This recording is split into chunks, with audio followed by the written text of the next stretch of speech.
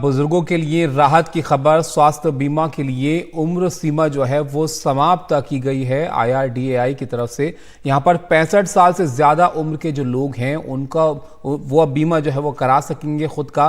बीमा कंपनियां हर उम्र के लिए प्लान जो है वो तैयार करें। IRDAI का इसको लेकर ये कहना है।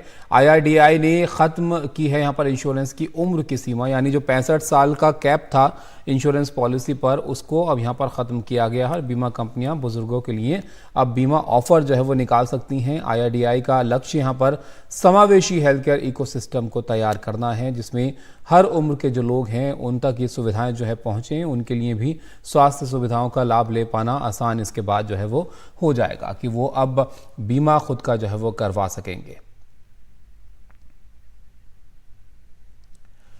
अविनाश चंद्र श्रीवास्तव जी हमारे साथ जो है वो जुड़ गए हैं। पूर्व डायरेक्टर हैं आप, परिवार कल्याण उत्तर प्रदेश के पूर्व डायरेक्टर रहे हैं।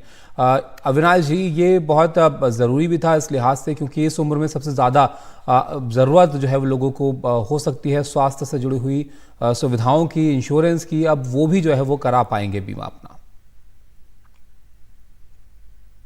ये बड़ा अच्छा निर्णय हुआ है।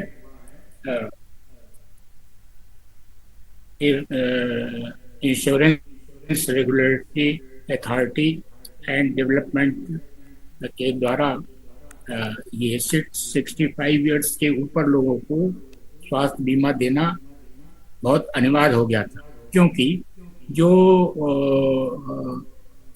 आयुष्मान योजना है उसमें तो हम गरीबी रेखा के नीचे के हर एज को कवर कर लेते हैं।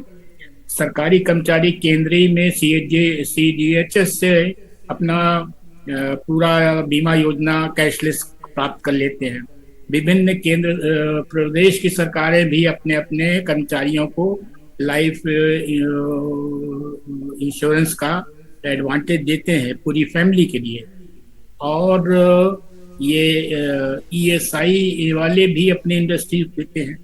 लेकिन जो बाकी लोग बचे उनका कवर इंश्योरेंस कंपनी करती है, जो आपसे थोड़ा प्रीमियम ले करके आपको कैशलेस सुविधा निश्चित अस्पतालों के माध्यम से देती है। लेकिन इसमें दिक्कत ये हो गई कि 65 साल के ऊपर वालों को कोई सुविधा नहीं दी गई और काफी समय से मांग चल रही थी। जो insurance regulatory authority development authority India ने इसको 1 अप्रैल 24 से लागू किया कि इनको देना पड़ेगा इस तरह का। तो इससे अब जो वंचित तबका था, सीनियर सिटीजन और सिटीजन लोगों का, उनको एक राहत मिली। इससे को नामित अस्पतालों से कैशलेस सुविधा पूरी बड़ी जी बिल्कुल, तो उनके लिए सुविधा यहाँ पर हो जाएगी। अविनाश जी, जाहिर है बढ़ती उम्र के साथ आपके लिए ज़रूरी भी होता है कि आपके पास ये कवर हो इंश्योरेंस का कम से कम, तो आपकी थोड़ी चिंता जो है यहाँ पर कम रहेगी। एक और फिक्र की बात जो होती है अविनाश जी कि जिनको गंभीर बीमारियां हैं उनको इंश्योरेंस लेने में दिक्कत आती है, चाहे भले वो इसके दायरे में भी आते हैं। उसको लेकर भी नोटिफिकेशन यहाँ पर ये कहता है कि कैंसर, हार्ट की बीमारियां, रीनल फेलियर, इन तमाम मेडिकल कंडीशंस को लेकर भी जो इंश्योरेंस कंपनियां हैं वो रिफ्यूज नहीं कर पाएंगी आपको पॉलिसी के लिए, आपको उनको देनी होगी पॉलिसी। यही सबसे ज्यादा इम्पोर्टेंट बात हुई है कि सीरियस और बीमारियों के लिए जिसमें बहुत ज्यादा खर्चा होता है उसको इस इंश्योरेंस कवर में कैशलेस बनाया गया है। इससे बड़ी राहत लोगों को मिलेगी। और जो वेटिंग पीरियड होता है अब उसके लिए भी यहाँ पर है, इसको आप कैसे देखते हैं? क्योंकि अगर आपने पॉलिसी ले भी ली फिर भी ये होता है कि आपको एक वक्त तक जो है वो पॉलिसी बरकरार रखनी पड़ेगी, तब जो बीमारियां हैं वो कवर होंगी। तो उसके लिए हम 48 महीने से 36 महीने किया गया है और 36 महीने बाद तो आपको सभी कुछ जो है वो कवर हो जाएगा।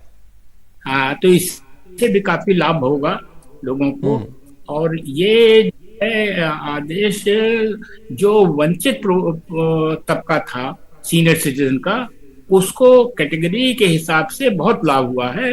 ये तो सबसे ज्यादा पीड़ित और दुखी सेक्टर था हमारा।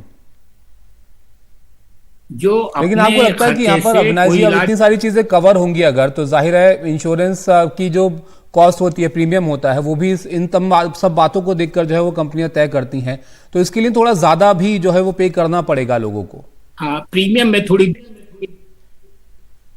ये ज्यादा प्रीमियम लेंगे बुजुर्ग लोगों से, तो इसमें थोड़ा आगे चल के सरकार को थोड़ा कंट्रीब्यूट करना पड़ेगा, ये इनसे कुछ रिक्वेस्ट करना पड़ेगा, इन पर कुछ एक्शन लेना पड़ेगा कि इनको कुछ रिबेट इस मामले में दिया जाए, क्योंकि वो इस कैपेसिटी ही कोई पेमेंट कर सकें।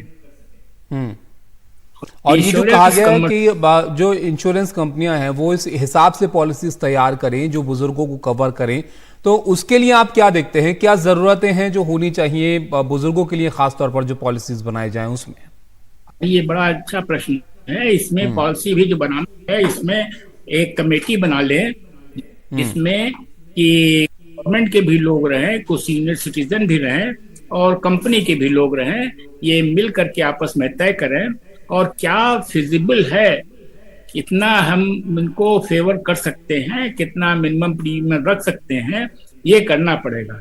लेकिन इन प्रिंसिपल कैशलेस ही इसका जवाब है। अगर इसमें कोई पेमेंट करना पड़ेगा, are not in position to pay any amount. हो सकता है जो पार्ट अमाउंट है वो गवर्नमेंट अपने पास से देने का आगे चलकर कोई व्यवस्था करे। तो एक खास चैनल जो है होना चाहिए इस तरह के लोगों के लिए, उम्र दराज जो लोग हैं उनकी समस्याओं को सुनने के लिए। कैशलेस हो तो तभी इस सुविधा का जो है फायदा बेहतर तरीके से वो ले पाएंगे।